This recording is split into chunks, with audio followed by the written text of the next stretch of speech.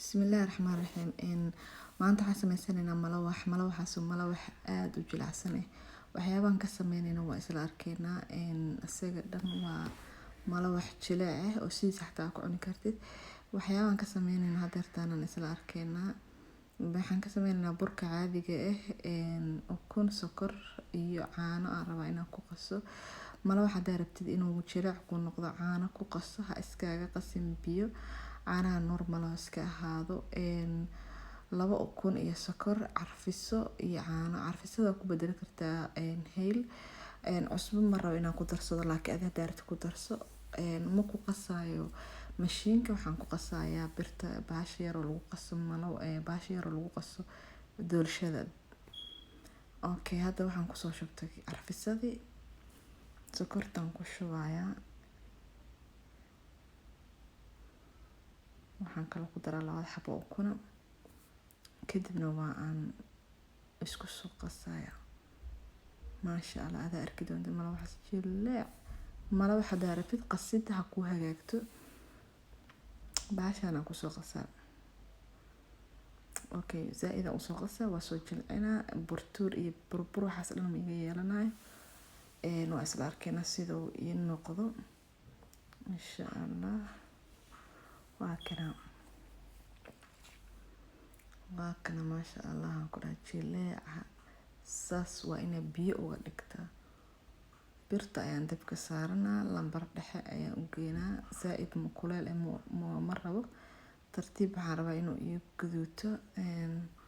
Haddii kale uu iga madmadoobana ama dabka iga dadafaayo. Birta waxaan soo marsaday subag. Hadda idin tusaa waqtana. Haddaan ku shubaa qaadada ugu horeyso. Kabacdi waa ku wareejinaa. Malawax qof walba way duban kartaa ama way dubataa. Laakiin qasidda malawax adag ma macaano. Kana ayaa aad iyo aad macaan. Wax kastoo haystida ku cuni kartaa.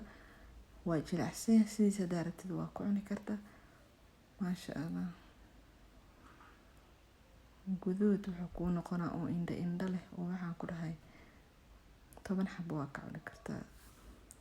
Maasha Allah. Markaan gadiyo xabadaan kuwa kaleetana inaan tuso muhiim maahan. Xabadaan la idin tusinayo. Okay, marka waxaan hadda kan gadinaa saliid badan ma leh, subag ma leh, qoqoyaan dhan ma lahan. Saas ay u jeedin u qalalan yahay. Waa kaasa soo noqday. Haddana hoos isla arkaynaa. Waa wax fudud 10 daqiiqo ku sameysan kartid.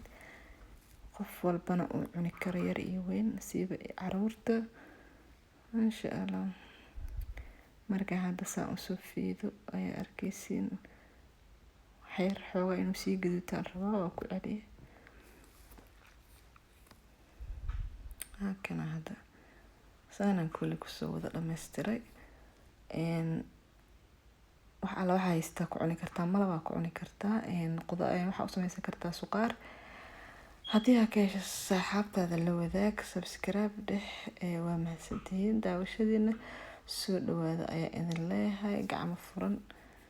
Aniga shaahas u soo qaatay biyo isku dhamaatay fahanti malab ayaan rabaa inaan ku cuno.